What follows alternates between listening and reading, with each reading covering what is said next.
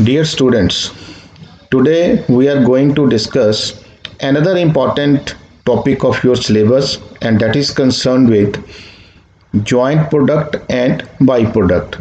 So इस topic में हम डिस्कस करेंगे regarding the meaning of joint product and the meaning of by product, and similarly what are the basis on which the cost incurred on joint product will be allocated to the joint products.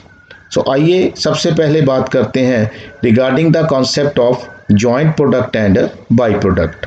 So students, जैसे कि हमें मालूम है that there are certain industries जहाँ पे the same process is employed and the same type of raw material is used to obtain more than one product, or there we make production of two or three products simultaneously by using the same raw material as well as by employing the same production process. So for example जैसे हम बात करते हैं joint product के case में, suppose crude oil को हम refine करके बहुत सारे प्रोडक्ट्स को साइमल्टेनियसली प्रोड्यूस करते हैं.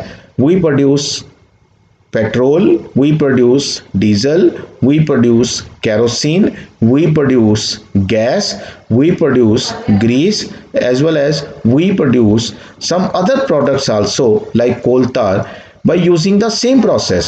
So क्रूड ऑयल की प्रोसेसिंग करने के बाद हमारे पास बहुत सारे प्रोडक्ट्स अवेलेबल हो जाते हैं. तो ध्यान देने योग्य बात यहाँ पर ये है that we are using the same type of raw material and the same process is employed to obtain all these products. Similarly, in case of milk industry or in case of dairy industry, we are producing two or three products simultaneously. So we are producing, in case of dairy industry, we are producing cream, we are producing cheese and we are producing butter. So मतलब dairy industry में milk की processing करके वहाँ पे हम घी को भी produce कर रहे हैं, वहाँ पे हम बटर को भी प्रोड्यूस कर रहे हैं, वहाँ पे हम क्रीम को भी प्रोड्यूस कर रहे हैं, वहाँ पे हम चीज़ को भी, पनीर को भी प्रोड्यूस कर रहे हैं. So different products are produced by using the same process and by using the same raw material. So यहाँ पे raw material क्या है? मिल्क. क्रूड ऑयल इंडस्ट्री में रॉ मटेरियल क्या है? क्रूड ऑयल, जहाँ से बहुत सारे प्रोडक्ट्स की मैन्युफैक्चरिंग की जाती है. सो स्टूडेंट्स, यहाँ पे there is a question that how the joint cost will be apportioned. मतलब जो भी प्रोडक्ट्स हमने प्रोड्यूस किए हैं वहाँ उन प्रोडक्ट्स को प्रोड्यूस करने के लिए हमें up to a particular point हमें कॉस्ट जो है वो इनकर करनी पड़ेगी, and that cost is called joint cost. So आइए सबसे पहले हम बात करते हैं regarding the concept of joint product and by product. So सबसे पहले जैसे कि आप देख पा रहे हो that when two or more products are produced from the same process and these products are called joint products. मतलब जहाँ पे हम दो या दो से ज़्यादा प्रोडक्ट्स को प्रोड्यूस कर रहे हैं, these products are called joint products. पर यहाँ पे ध्यान देने योग्य बात ये है that we are employing the same process, and similarly when in the same process a main product is produced and a byproduct, some low value product is produced, and that is called byproduct. वो उसको क्या बोलेंगे हम? byproduct बोलते हैं. However, the cost of main product produced is generally higher than the byproduct. तो यहाँ पे क्या है? main product की cost ज़्यादा होती है, byproduct की cost कम होती है. So for example, जैसे शुगर इंडस्ट्री में जो मेन प्रोडक्ट है वो हमारा शुगर है, और शुगर इंडस्ट्री में जो बाई प्रोडक्ट है दैट इज़ द शुगर को बनने के बाद जो ब्राउन कलर का सीरा बचता है that is the by product of sugar industry. Similarly sugar को प्रोड्यूस करने के बाद गन्ने का जो फोक बचता है that is the by product of sugar industry. So in joint products, refers to the products that are produced by a single process. तो यहाँ पे जॉइंट प्रोडक्ट को प्रोड्यूस करने के लिए सिंगल प्रोसेस को एम्प्लॉय किया जाता है। And the products which are produced are the identifiable products after some definite point. मतलब जो भी हम प्रोडक्ट प्रोड्यूस करेंगे they are the identifiable products, मतलब उनको हम डायरेक्टली आइडेंटिफाई कर सकते हैं जो भी प्रोडक्ट्स हम सेम प्रोसेस से प्रोड्यूस करेंगे।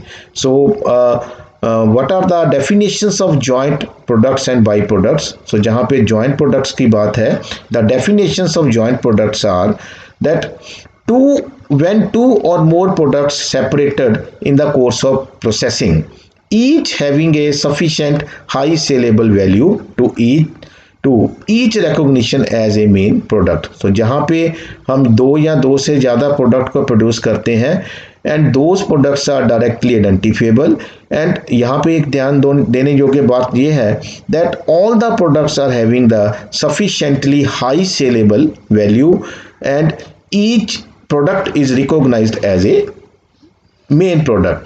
Similarly, there is another definition of joint product that when two or more products are separated in the course of processing, operative usually required further processing। तो यहाँ पे एक और बात ऐड होगी भी, जो भी प्रोडक्ट्स को हम सेम प्रोसेस को यूज करके ऑब्टेन करेंगे those product will require further processing. मतलब ऐसे नहीं है भी हमने सेम प्रोडक्ट्स को सेम प्रोसेस दो या दो से ज़्यादा प्रोडक्ट को सेम प्रोसेस एम्प्लॉय करके बना लिया, उन प्रोडक्ट की हमें फर्दर प्रोसेसिंग करनी पड़ेगी to make it a final product, to make it saleable in the market. So जो हम फर्दर प्रोसेसिंग करेंगे उसकी कॉस्ट को we call it further processing cost. लेकिन up to a particular point जहाँ पे हम अलग अलग प्रोडक्ट्स को स्प्लिट करते हैं वहाँ तक की कॉस्ट को हम that cost is called joint cost. So what are the features of joint products? Let us talk about the features of joint product. That joint products are produced jointly from the same process and they cannot be produced separately। मतलब ये जो product है हम इनको separately produce नहीं कर सकते, they are produced by employing the same process. तो जैसे क्रूड ऑयल में ऐसे नहीं है कि क्रूड ऑयल से हम सिर्फ पेट्रोल को प्रोड्यूस कर लें बाकी प्रोडक्ट्स को प्रोड्यूस ना करें। These products are produced simultaneously. जब हम क्रूड ऑयल को रिफाइन करेंगे we will be producing gas, we will be producing petrol, we will be producing diesel। So these products are produced simultaneously using the same process and these products cannot be produced separately। Similarly, joint products are produced using identical raw material and common direct labor। So यहाँ पे ये भी एक ध्यान देने योग्य बात है भी हम identical same type of raw material is used। जैसे क्रूड ऑयल इंडस्ट्री में we make use of crude oil to make different products।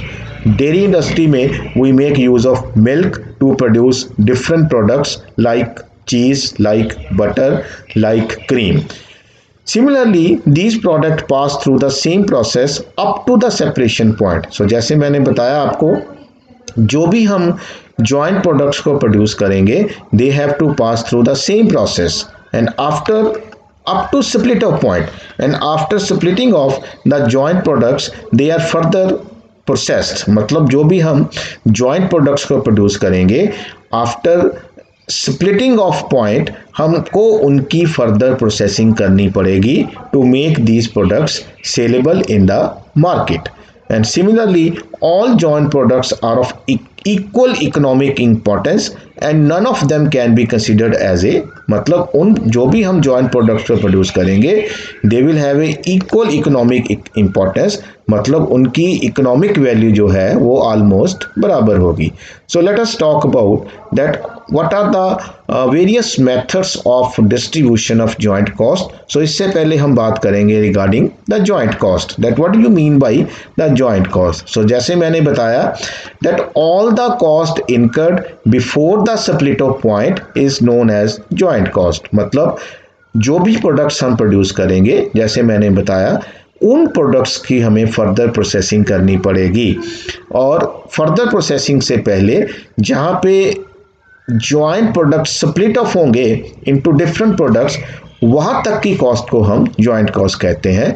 That all the cost incur before the split off point is known as joint cost. जैसे हम dairy industry की बात करते हैं, वहाँ पे जब हम स्प्लिट ऑफ पॉइंट पे आ जाएंगे, हमको उनकी फर्दर प्रोसेसिंग, जैसे मिल्क से हमने बटर को प्रोड्यूस कर लिया, अब बटर को प्रोड्यूस कर लिया तो बटर को सेलेबल बनाने के लिए हमें उस बटर की फर्दर प्रोसेसिंग करनी पड़ेगी, उसमें सर्टेन प्रिजर्वेटिव्स को डालना पड़ेगा ताकि उस बटर को लंबे समय तक ठीक ठाक रखा जा सके। सिमिलरली जैसे डेयरी इंडस्ट्री में चीज़ को प्रोड्यूस करते हैं, चीज़ की हमें फर्दर प्रोसेसिंग करनी पड़ेगी। सो यहाँ पे दो तरह की कॉस्ट हमें इनकर करनी पड़ेगी।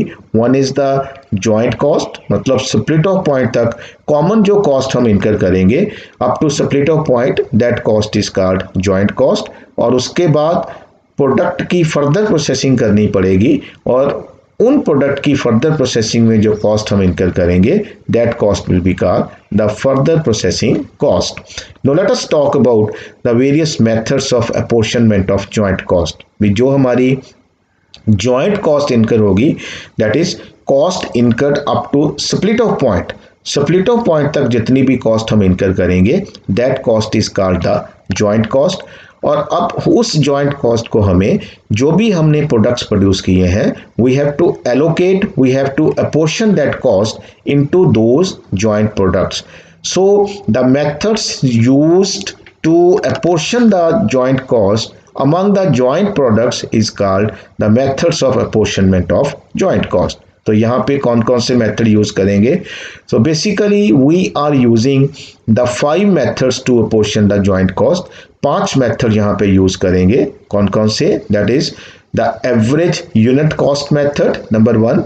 Number 2 physical unit method, number 3 survey method, number 4 contribution margin method and number 5 the market value method. So आइए सबसे पहले हम बात करते हैं regarding the average unit cost method। जैसे कि इसके नाम से ही क्लियर है that under this method we will calculate the average cost per unit of product produced. मतलब जितना भी हमने up to split off point जितनी भी कॉस्ट हमने इनकर की है, that cost will be divided by the total output, the total number of units produced. So you can calculate the average cost, और जितने जितने यूनिट्स हमने डिफरेंट प्रोडक्ट्स के प्रोड्यूस किए हैं, हम उन प्रोडक्शन को, उन प्रोडक्शन यूनिट्स को एवरेज कॉस्ट से मल्टीप्लाई कर देंगे to apportion the joint cost. तो जैसे कि आप देख रहे हो that first of all we have to calculate the average unit cost. और एवरेज यूनिट कॉस्ट कैसे कैलकुलेट करेंगे? Dividing the total joint cost by total output units. So the joint cost of each product is calculated by multiplying। तो यहाँ पे average cost को calculate कर लिया, और जितने भी हमने यूनिट्स डिफरेंट प्रोडक्ट्स के प्रोड्यूस किए हैं, we will multiply the production units by average unit cost to calculate the cost of particular products।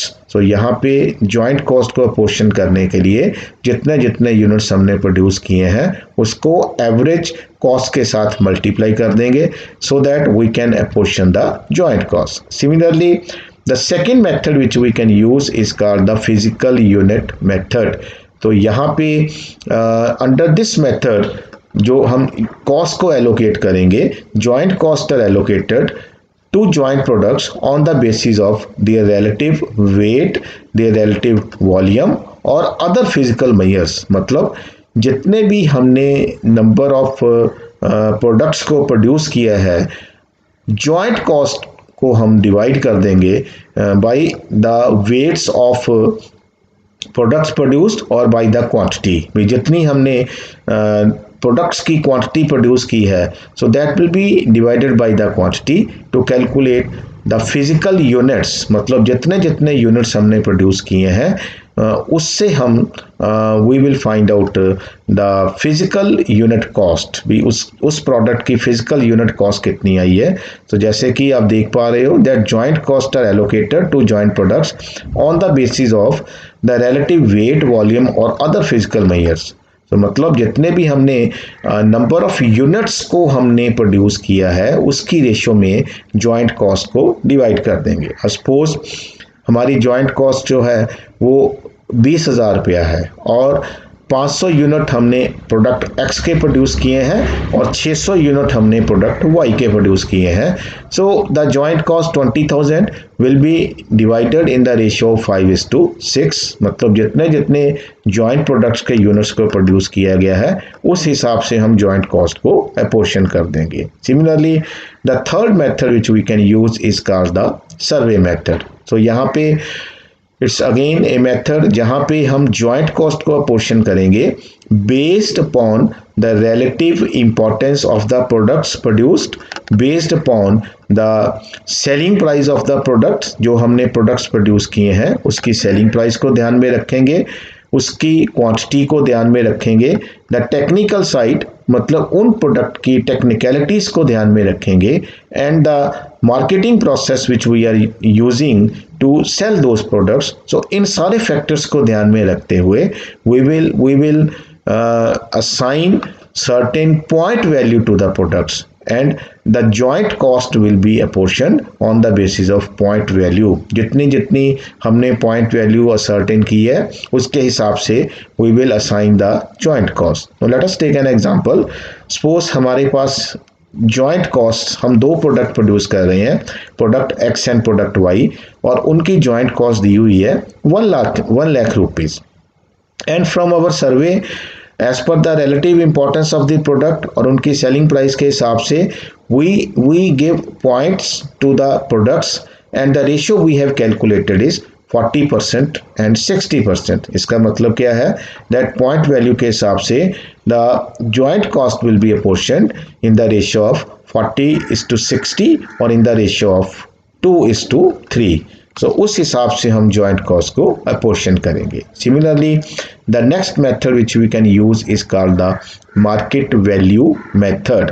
सो ये method, these methods are also known as the sale value method. यहाँ पे जो भी joint products हमने produce किए हैं उनकी market value के हिसाब से their joint cost will be अपोर्शन्ड।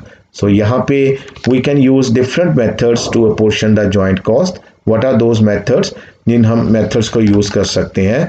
The first method which we can use is called market value at separation point. मतलब जहाँ पे प्रोडक्ट को स्प्लिट ऑफ किया जाता है we will calculate the market value of products at their split off point and the joint cost will be apportioned on the basis of their market value at the split off point। मतलब यहाँ पे हम जितनी भी उनकी split off point के ऊपर, तो यहाँ पे भी दो मेथड हम यूज कर सकते हैं, दैट इज सेल प्राइस। हम देखेंगे स्प्लिट ऑफ पॉइंट के ऊपर उनकी सेल प्राइस क्या है। न सपोज हमारी जॉइंट कॉस्ट है ₹1 लाख और we are producing two product X and Y. तो यहाँ पे एक्स की सेल प्राइस 10 रुपये है और वाई की सेल प्राइस 20 रुपये है। तो एट स्प्लिट ऑफ पॉइंट, तो यहाँ पे जो हम जॉइंट कॉस्ट को पोर्शन करेंगे that will B portion in the ratio 1:2। तो यहाँ पे अनदर मेथड हम यूज कर सकते हैं। ये तो हो गया sale price at split off point. Similarly we can also make use of sale value. तो यहाँ पे हम सेल वैल्यू को ध्यान में रखेंगे, ना कि सेल प्राइस को।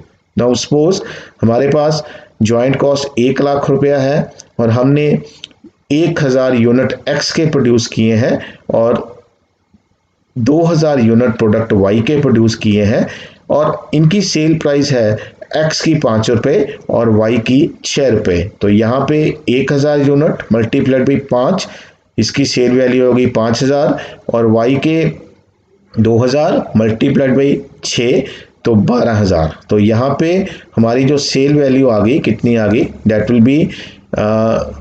बी 5000 और मल्टीप्लाइड बाई हमने 1000 और 5 रुपये 5000 इस टू हमारी जो रेशियो आ गई, कितनी आ गई, दैट विल बी 2000 यूनिट और 6 रुपये 12000। सो यहाँ पे रेशियो आ जाएगी कितनी, 5:12, जिस रेशियो में हम जॉइंट कॉस्ट को अपोर्शन करेंगे। सिमिलरली यहाँ पे जो सेकंड मेथड यूज करेंगे that will B market value after further processing. तो यहाँ पे जैसे मैंने आपको बताया भी स्प्लिट ऑफ पॉइंट के बाद जो हमारे पास जॉइंट प्रोडक्ट्स आएंगे उनकी फर्दर प्रोसेसिंग करनी पड़ेगी to make those products saleable in the market. So यहाँ पे जो हम मेथड यूज करेंगे in order to portion the joint cost that is market value after further processing. तो हम उनकी मार्केट वैल्यू देखेंगे after further processing, that is the total sale value of each product in order to calculate the ratio in which the joint cost will be apportioned। अब suppose हमारी joint cost 1,00,000 रुपया है और इनकी जो product x और product Y की जो total sale value after further processing है दैट इज लेट अस से इनकी जो सेल वैल्यू है लेट अस से प्रोडक्ट एक्स की है 7,00,000 रुपया और प्रोडक्ट वाई की 10,00,000 रुपया। तो हमारी जो जॉइंट कॉस्ट 1,00,000 रुपया हम इसको डिवाइड करेंगे in the ratio of 7:10 that is the sale value of products after further processing. Similarly next method which we can use, इसमें जो नेक्स्ट मेथड हम यूज कर सकते हैं वो कौन सा मेथड यूज कर सकते हैं? Now this method is called किस मेथड को? That is reverse cost method और नेट रियलाइजेबल वैल्यू मेथड। तो यहाँ पे हम क्या करेंगे, जैसे कि नाम से क्लियर है, so under the reverse cost method हम रिवर्स कॉस्ट मेथड में वी विल गो रिवर्स। यहाँ पे हम रिवर्स जाएंगे, क्या करेंगे, जो भी हमने जॉइंट प्रोडक्ट्स प्रोड्यूस किए हैं उसकी सेल वैल्यू में से we will deduct selling and distribution expenses, we will deduct the further processing cost. तो उसमें से हम सेलिंग एंड डिस्ट्रीब्यूशन एक्सपेंसेस को निकाल देंगे, उसमें से फर्दर प्रोसेसिंग को निकाल देंगे एंड आफ्टर दैट जो हमारे पास रेशो आएगी the joint cost will be distributed among that ratio. Joint cost को हम उस रेशो से क्या करेंगे, डिस्ट्रीब्यूट करेंगे। So another method which we can use, this method is also known as the reverse cost method। So जैसे कि नाम से क्लियर है, रिवर्स कॉस्ट सेल में से हम सेलिंग एंड डिस्ट्रीब्यूशन एक्सपेंसेस को निकाल देंगे, सेल में से हम फर्दर प्रोसेसिंग कॉस्ट को निकाल देंगे और उसको निकालने के बाद जो हमारी रेशो आएगी जॉइंट प्रोडक्ट्स के बीच में, हम उस रेशो में कॉमन कॉस्ट को या जॉइंट कॉस्ट को क्या करेंगे, अपोर्शन करेंगे। सिमिलरली अनदर मेथड जो हम यहाँ पे यूज करते हैं, this method is called the contribution method. So हम जॉइंट कॉस्ट को अपोर्शन करने के लिए we can also use the contribution method. So contribution method में स्टूडेंट्स हम क्या करेंगे, वी विल डिडक्ट जो हमारी जॉइंट प्रोडक्ट की सेल वैल्यू होगी, from the sale value we will deduct the variable cost. So सबसे पहले जो कॉस्ट हम डिडक्ट करेंगे that will be the variable cost. हम वेरिएबल कॉस्ट को डिडक्ट कर देंगे and after deducting the variable cost जो हमारे पास रेशो बचेगी, in that ratio we will apportion the fix cost. तो उसमें से फिक्स कॉस्ट को क्या करेंगे, सेल वैल्यू में से वेरिएबल कॉस्ट निकालने के बाद हमारे पास कंट्रीब्यूशन आ जाएगा और कंट्रीब्यूशन कि जो हमारे पास रेशियो आएगी उस रेशियो में हम फिक्स कॉस्ट को अपोर्शन कर देंगे and from contribution we will deduct the fix cost to calculate the profit. So I think you are clear about the various methods of apportionment of joint cost। the joint cost हम किसको बोलते हैं and what are the various methods of apportionment of joint cost। so यहाँ पे जैसे कि मैंने बताया भी हमारे पास 5 मेथड हैं, जिस मेथड से एवरेज यूनिट कॉस्ट मेथड, यहाँ पे हम प्रोडक्ट्स जो भी प्रोड्यूस किए हैं उनकी एवरेज यूनिट कॉस्ट निकाल लेंगे और जितने प्रोडक्ट प्रोड्यूस किए हैं हम एवरेज कॉस्ट को नंबर ऑफ यूनिट्स प्रोड्यूस से मल्टीप्लाई करके जॉइंट कॉस्ट को अपोर्शन कर लेंगे। Similarly the joint cost can be apportioned on the basis of physical units.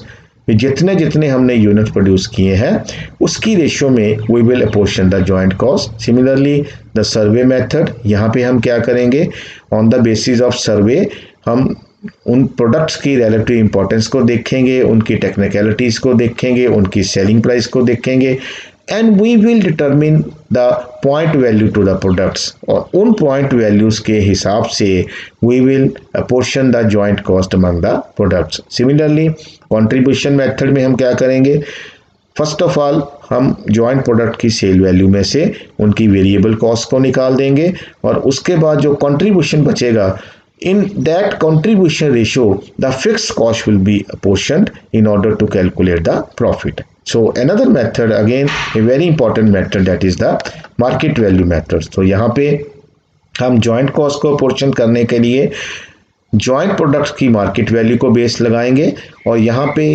सबसे पहला मेथड जो यूज़ कर सकते हैं that is the market value eight split off point. तो जहाँ पे प्रोडक्ट स्प्लिट ऑफ हो जाते हैं वहाँ पे हम प्रोडक्ट की सेल वैल्यू देखेंगे और उस सेल वैल्यू के रेशियो में जॉइंट कॉस्ट को अपोर्शन करेंगे। Similarly we will also apportion that is the net realisable value method. उनकी हम सेल प्राइस देखेंगे प्रोडक्ट्स की और उस सेल प्राइस के हिसाब से we will apportion the cost of products की जॉइंट कॉस्ट को अपोर्शन करेंगे।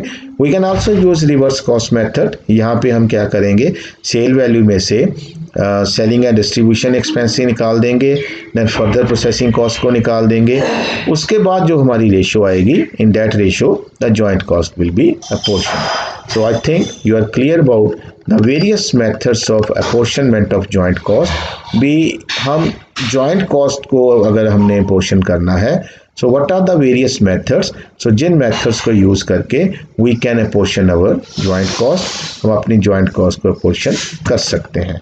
सो नेक्स्ट टॉपिक के लिए हम फिर मिलेंगे, तब तक के लिए धन्यवाद। Thank you very much.